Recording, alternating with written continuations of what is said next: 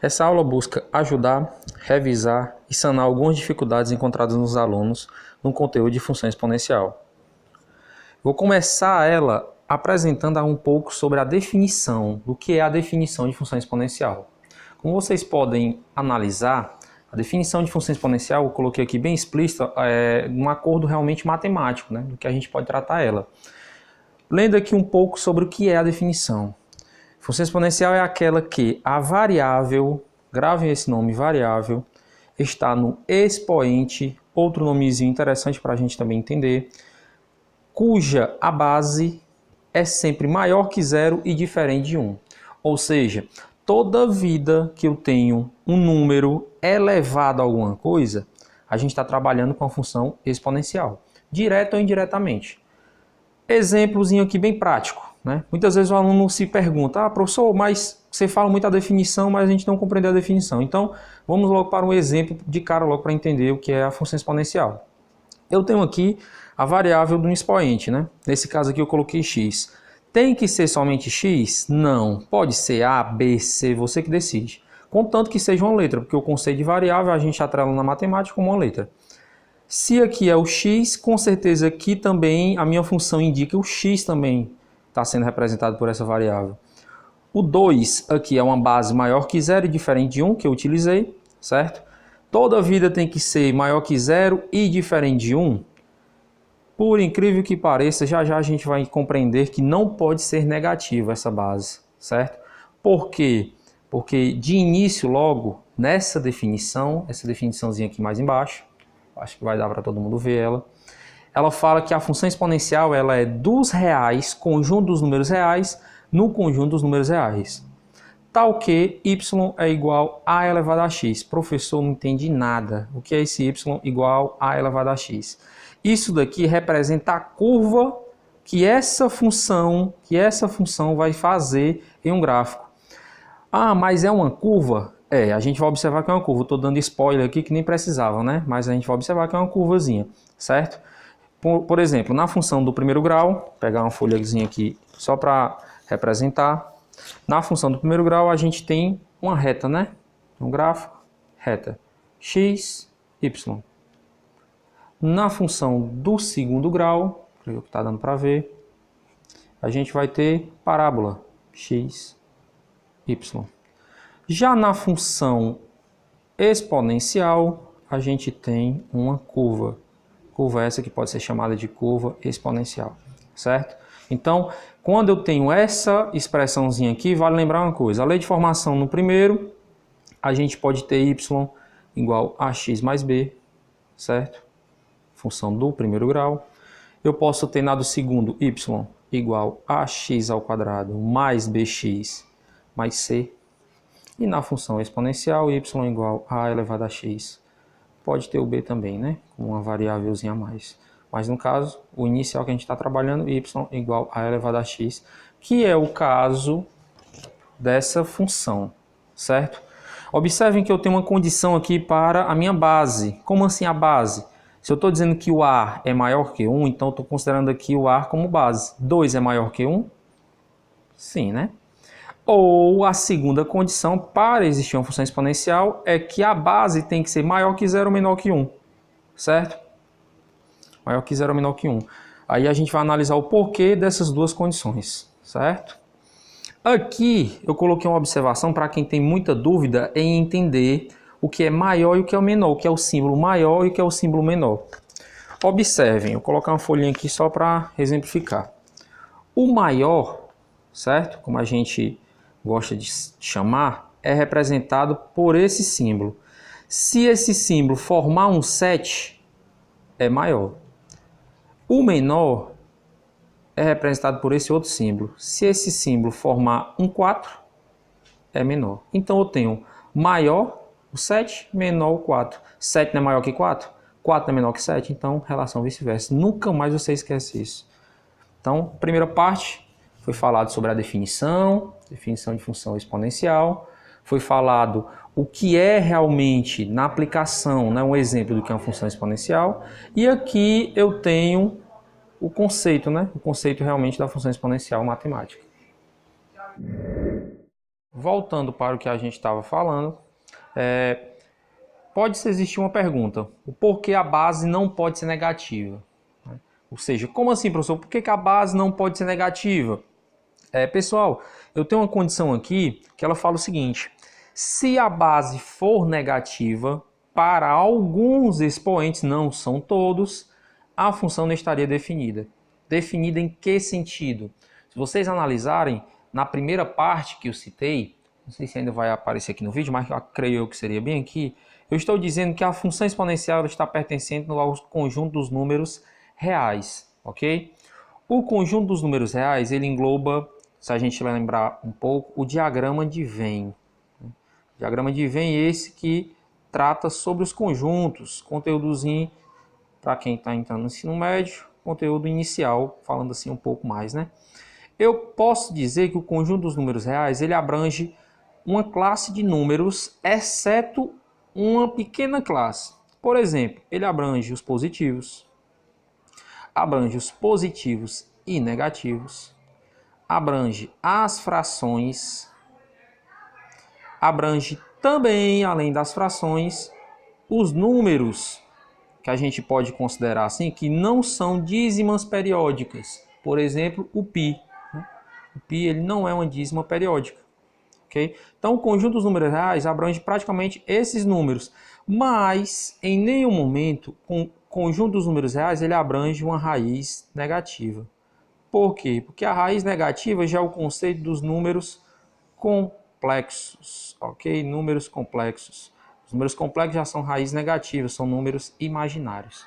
Então, essa definição vem de encontro exatamente o conceito inicial de conjunto, né? Que a gente trabalhou, o conjunto dos números reais. Aqui eu coloquei um exemplo de quando uma base é negativa e o expoente é fracionário, só para a gente compreender esse conceito.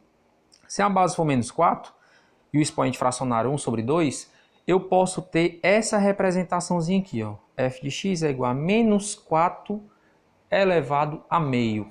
Tenho aqui o expoente fracionário, tenho aqui a base negativa. O expoente fracionário existe uma propriedade na potenciação. Propriedade essa que é definida da seguinte maneira: x elevado a sobre b, ele pode ser representado da seguinte maneira: raiz de x, certo? X elevado a a, com índice b. Se você for analisar, o b aqui da minha fração, ele se tornou índice na minha raiz, o a da minha fração se tornou expoente da minha raiz, né? Então, pessoal, eu posso me deparar na seguinte situação, ó. F de x igual a menos 4 elevado a meio, se eu considerar, né, a maneira de resolver com o expoente fracionário, com a propriedade do expoente fracionário, eu teria que fazer a seguinte situação. A, para nós aqui, para esse exemplo, é 1, B é 2. Se você analisar, o A ele vai para dentro da raiz. O B ele vai ser o índice. Então imagina que tu vai ter raiz quadrada de menos 4 elevado a 1. Todo número elevado a 1 é ele próprio. Então ficaria raiz quadrada de menos 4. A raiz negativa vem exatamente no que eu tinha falado aqui. Por exemplo, raiz de menos 2. Raiz de menos 2 é pertencente aos números complexos. Se desde o início a gente está trabalhando com o conceito de números reais, tá certo? Números reais. Desculpa se não está indo bem aqui a representação, mas se a gente está trabalhando com os números reais, em hipótese alguma eu posso trabalhar com uma raiz negativa, certo? Por quê? Porque a raiz negativa ela só vai ter solução para o conjunto dos números complexos. Então, a princípio, né, o início da função exponencial é isso. Uma definição bem prática é aquela cujo eu tenho uma base e um valor elevado a essa base. Ela não pode ser representada, o valor dessa base não pode ser negativo, certo? Porque senão vai de encontro para algumas situações a ter uma raiz negativa, e raiz negativa não vai ter solução para os complexos. Cujo o conjunto que a gente está trabalhando é o conjunto dos números reais. Falando um pouco aqui agora sobre a questão dos gráficos, do gráfico na verdade, né? Vou considerar os gráficos porque a função exponencial ela pode ser crescente ou decrescente. Então, vamos trabalhar com a possibilidade de dois gráficos, né? A primeira, o gráfico de uma função exponencial, ele é uma curva, como já falei no início, ele é uma curva, e ele pode ser crescente ou decrescente. Primeiro caso, ser crescente. Quando é que o gráfico de uma função exponencial é crescente? Eu tenho aqui a definição, ok? F de x é igual a elevado a x. Se o a for maior que 1, essa função é crescente. Professor, quando é que o a é maior que 1? Pessoal, números maior que 1. 2, 1,1, ok? 3, 4. Vai para um conjunto de números infinitos, é verdade? Então, esses números, sejam eles decimais ou não, for maior que 1, a função é crescente. Lembrando, a base tem que ser maior que 1. Então, aqui eu tenho um exemplo, no caso 2. 2 é maior que 1, se 2 é maior que 1, a função é crescente. Morreu. Certo? Não tem muito segredo, não. Aqui eu vou utilizar essa função para construir o meu gráfico. Imagine o seguinte, que o valor do x eu estou utilizando 0, 1 e 2. De onde foi que eu tirei esses valores? Eu escolhi aleatório mesmo, certo? 0, 1 e 2. Quando o x for 0, eu posso ter na minha função a seguinte definição. F de 0 igual a 2 elevado a 0. Bem aqui, ó, a resoluçãozinha que eu fiz já. Todo e qualquer número elevado a 0 é 1. Então, quando x é 0, y é 1. Vou no meu gráfico aqui, x0, x1, x2, y1, y2, 3 e 4. Quando o x é 0, o meu y é 1. Então, bem aqui, ó, analisem. De onde está realmente cortando o eixo y? No nosso caso aqui, 1. Toda a vida vai ser assim? Galera, por incrível que pareça, sim. Por quê? Porque como é que ele vai cortar esse eixo y no 1? Toda vida que o x for igual a 0, não é verdade? Toda vida que o x for igual a 0, o resultado aqui para esse tipo de função, vale lembrar que essa lei de formação aqui, né, a elevado a x, a gente não tem o valor do b, então toda vida que eu tenho uma função a elevado a x e o b sendo 0, eu posso dizer que a origem vai ser cortada num ponto de coordenada x0 e y1, ok?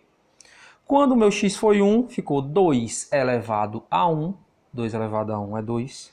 E quando eu tenho aqui x, 2, ficou 2 elevado a 2, 4. Então, aqui eu tenho meus pares ordenados, né? 0 e 1, 1 e 2, 2 e 4. Montando o meu gráfico, eu posso observar o seguinte. Quando o x foi 0, o y foi 1.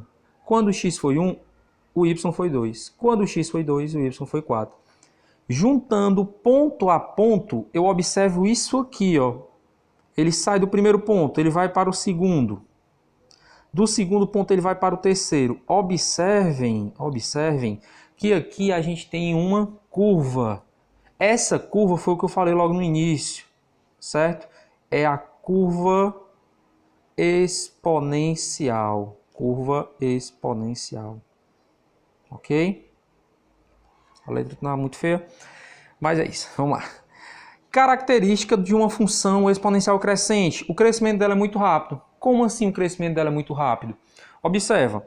Quando o x foi 0, o y foi 1. Então, quando o x era nada, já tinha valor no y. Ok?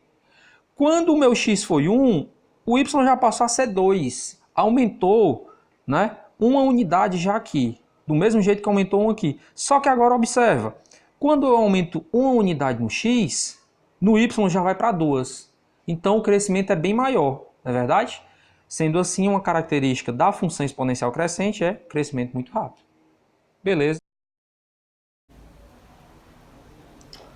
Vamos analisar agora quando o gráfico for de uma função decrescente, ok? Então é que um gráfico é uma função decrescente, né? Primeiro aqui eu coloquei só para a gente não se perder a questão de numerador e denominador, porque muita gente ainda tem dúvida, né, do que é o numerador, o que é o denominador. Tenho aqui a representação de uma função decrescente, função exponencial decrescente, né? A gente tem que primeiro pegar a condição inicial. Tinham duas condições. A primeira era o valor do a ser maior que 1. Observa, formou 7, maior que 1. E a segunda era esse intervalo aqui, pessoal, ó, 0 a 1, né? Ou seja, o número que vai determinar a base ser decrescente, ele está entre 0 e 1. Por exemplo, meio, 0,5, ele está entre 0 e 1, correto? Então, eu posso dizer que essa minha função aqui, representada por 1 sobre 2, é uma função decrescente. Por quê? Porque ele está nessa condição inicial já dada. Aqui, eu vou ter o exemplo.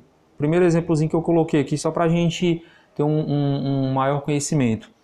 1 sobre 3, ou seja, 1/3, é maior que 0 e menor que 1. Matou. Se é maior que 0 e menor que 1, decrescente. Certo? Toda questão que aparecer desse jeito não tem muito segredo, não. Analisar a condição, está entre 0 e 1, decrescente. É maior que 1, crescente. O gráfico que representa, eu peguei os valores aqui, vocês podem observar, o mesmo valor utilizado para representar quando ele era crescente. Ó. Quando ele era crescente, o x foi 0, 1 e 2. Quando ele é decrescente, eu tenho também 0, 1 e 2. Tem que ser engessado só esses valores? Não. Podem ser qualquer valores aleatórios que você quiser utilizar. Para o nosso caso aqui, o x, né? O valor do x determina o valor do y. Então, é uma condição de existência para os dois. Um depende do outro, a relação de dependência. X sendo 0, nosso y, a gente já sabe que é 1. Por quê? Porque aquela condiçãozinha inicial, que todo número elevado a 0 é 1. Então, aqui eu já começo com a resolução. Quando x é 0, y é 1. Quando o meu x foi 1, ficou 1/3 elevado a 1. Todo e qualquer número elevado a 1 é ele próprio. Então, 1/3 elevado a 1, 1/3. E o terceiro valor do x é 2. Quando o x foi 2, ficou 1/3 ao quadrado. Lembrem-se, quando eu tenho 1/3 ao quadrado, ou seja, quando eu tenho uma fração elevada a uma potência, você pode fazer a seguinte situação. 1 sobre 3 ao quadrado é igual a 1 sobre 3 vezes 1 sobre 3. Multiplica em linha. Como assim em linha? 1 vezes 1? 1. E linha? 3 vezes 3? 9. Então, eu tenho aqui 1/9. Então, a representação de 1/3 ao quadrado é 1 sobre 9. Ok? Então, quando o x foi 2, o y foi 1 sobre 9. Observem aqui que o gráfico está bem determinadozinho. Quando o x foi 0, o meu y foi 1. Então, o eixo y está sempre tendo um par ordenado 0 e 1. Para o nosso caso, que caso? Função f de x igual a elevado a x. Lembrem, eu não estou trabalhando com o valor do b, né? A nossa outra variável que poderia ter aqui. Estou trabalhando só nessa situação de existência. Quando o meu x agora foi 1, o meu y diminuiu. Ao contrário da crescente, quando eu aumentei o x, o y também aumentou. Já na decrescente, quando eu aumento o x, ele está 0, passou a ser 1, ele não aumentou, correto? O y diminuiu, passou a ser 1/3. Quando o x foi 2, diminuiu mais ainda, passou a ser 1 sobre 9. Então, eu posso dizer que a função decrescente, uma das características dela é o crescimento dela é muito lento. Como assim o crescimento dela é muito lento? Porque ela está caindo, na verdade. Então, o ato de crescer para ela aqui vai quase nem existir, se a gente for trabalhar nessa hipótese. Em alguma situação, ele vai chegar a ser 0 aqui, o valor do x, na verdade, o valor do y? Nunca. Por quê? Porque não tem nenhum valor que vai satisfazer a condição que o y seja igual a 0. Não tem nenhum número aqui que elevando vai dar igual a 0. Com a ligeira exceção de quem? Do 0. Mas o 0 ele não entra no nosso intervalo. Então, sendo assim, nunca vai ser 0, né? Quando vocês forem estudar limite futuramente, vocês vão entender essa condiçãozinha. Uma observação aqui. A curva sempre toca o eixo y no ponto de coordenadas 0 e 1. Como eu já citei, se a gente está trabalhando com a nossa função exponencial sendo a elevado a x, a nossa curva sempre vai ter ponto de coordenadas 0 e 1 tocando o eixo y, seja ele crescente ou decrescente. Pessoal, uma dica ainda melhor. Crescente ele vai para a sua direita, decrescente ele vem da tua esquerda. Não tem muito segredo. Crescente vai para a tua direita, decrescente vem da tua esquerda. Ok?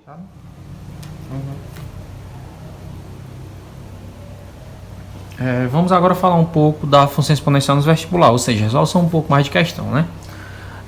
Pessoal, a princípio, essa primeira questão, ela vem de encontro a apenas um conceito, é uma questão bem prática, bem fácil realmente. Observem, dá um zoom aqui só para melhorar a vista aí para vocês. Eu tenho aqui, seja 0, que símbolo é esse, né? Ó, só para a gente lembrar, formou o 4 menor, né? Seja 0 menor que A e A menor que 1, formou 4 menor. 0 menor que A menor que 1. Considere a função. A função, se você não está vendo bem aí, a função é representada da seguinte maneira. f de x igual a elevado a x menos 1. Sendo o x pertencente ao conjunto dos números reais. Ele ainda deixa bem explícito que o x pertence ao conjunto dos números reais, né?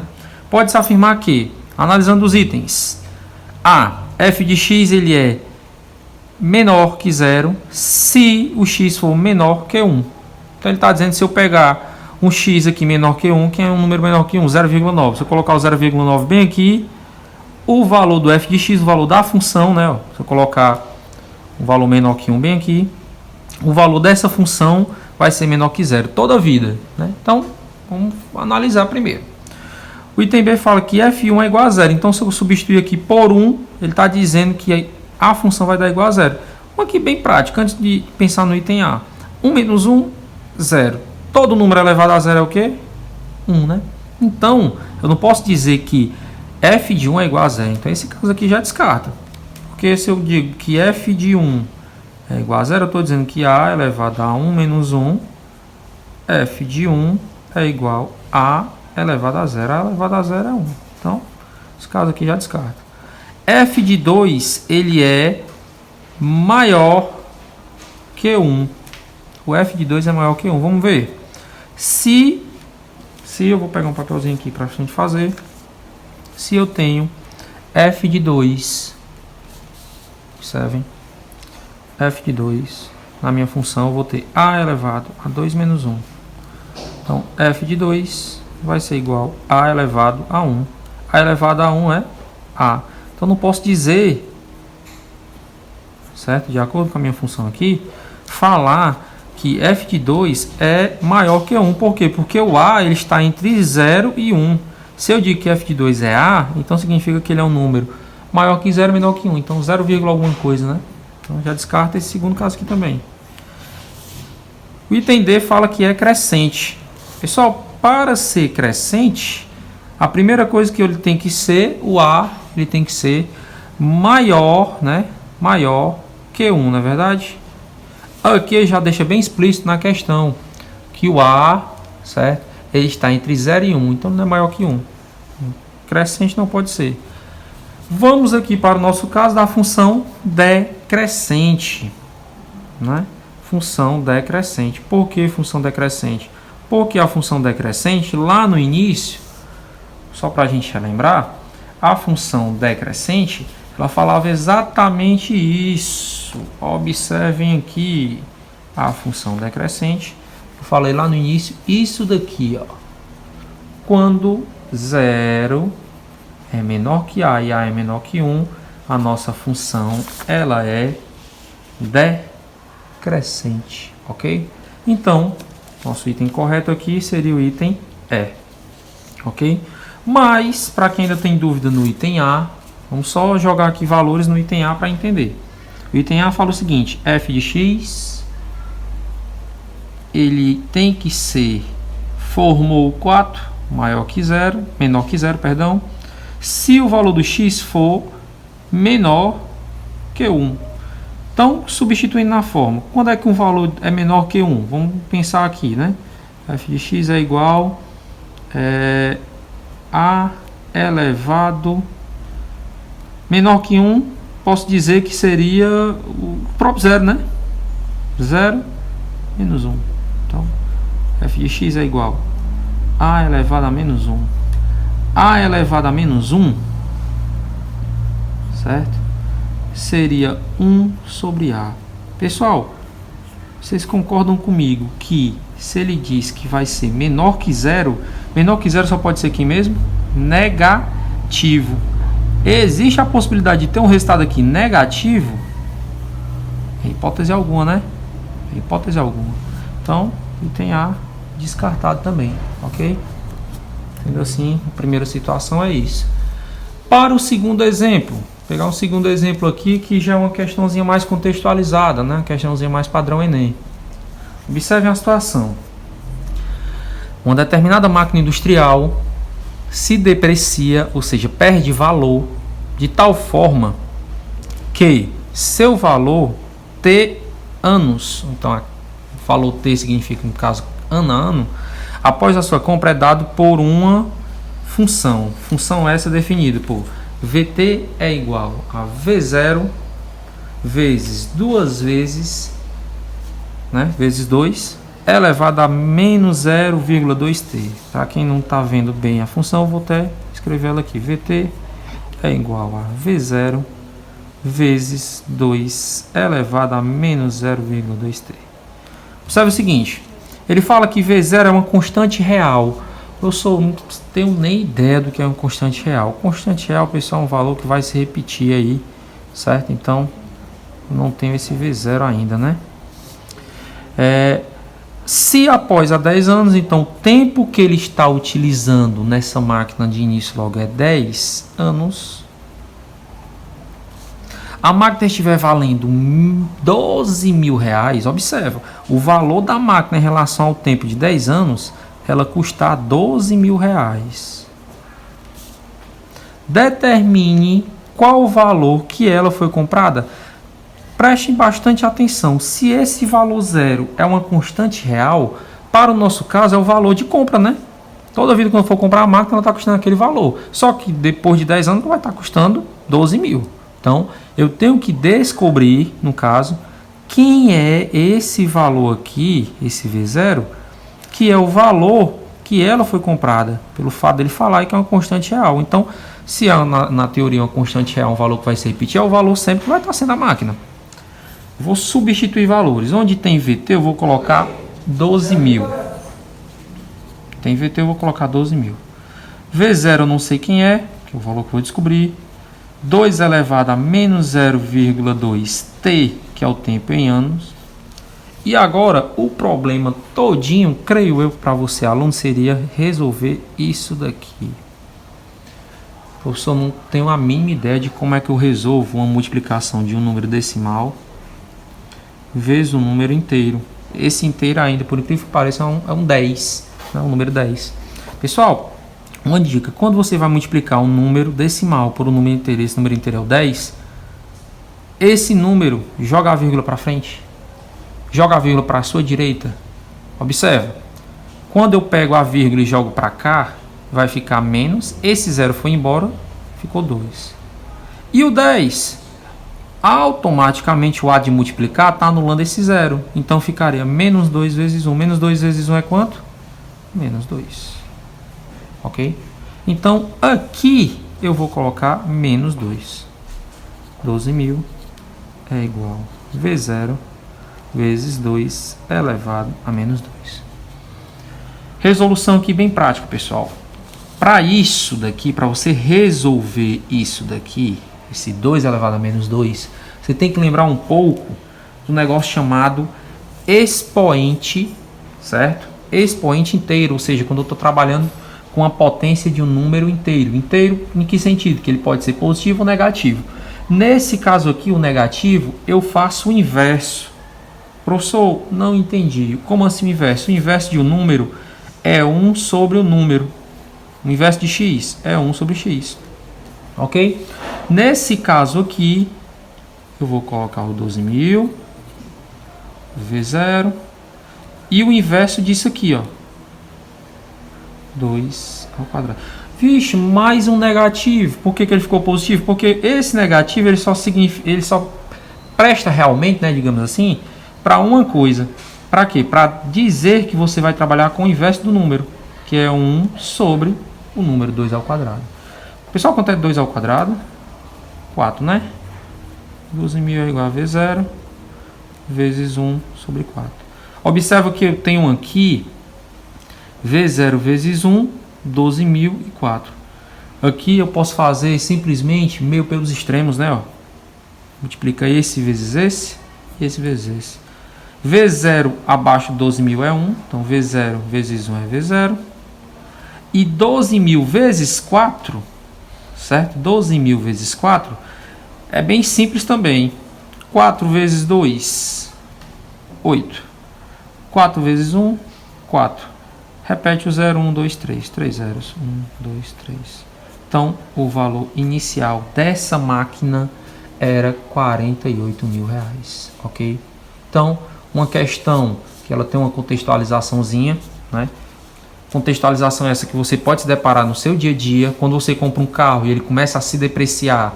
O carro ele só se deprecia, pessoal, ele só desvaloriza, né? Ele só vai perdendo valores. No mesmo caso dessa máquina, não foi muito diferente, né? Ela foi comprada a 48 mil e, tá certo? E depois de 10 anos ela está valendo 12 mil. Então, você for analisar, ela está valendo 4 vezes menor o valor inicial que ela tinha, 48 mil reais. Então foi uma depreciação, ok? Questão bem prática.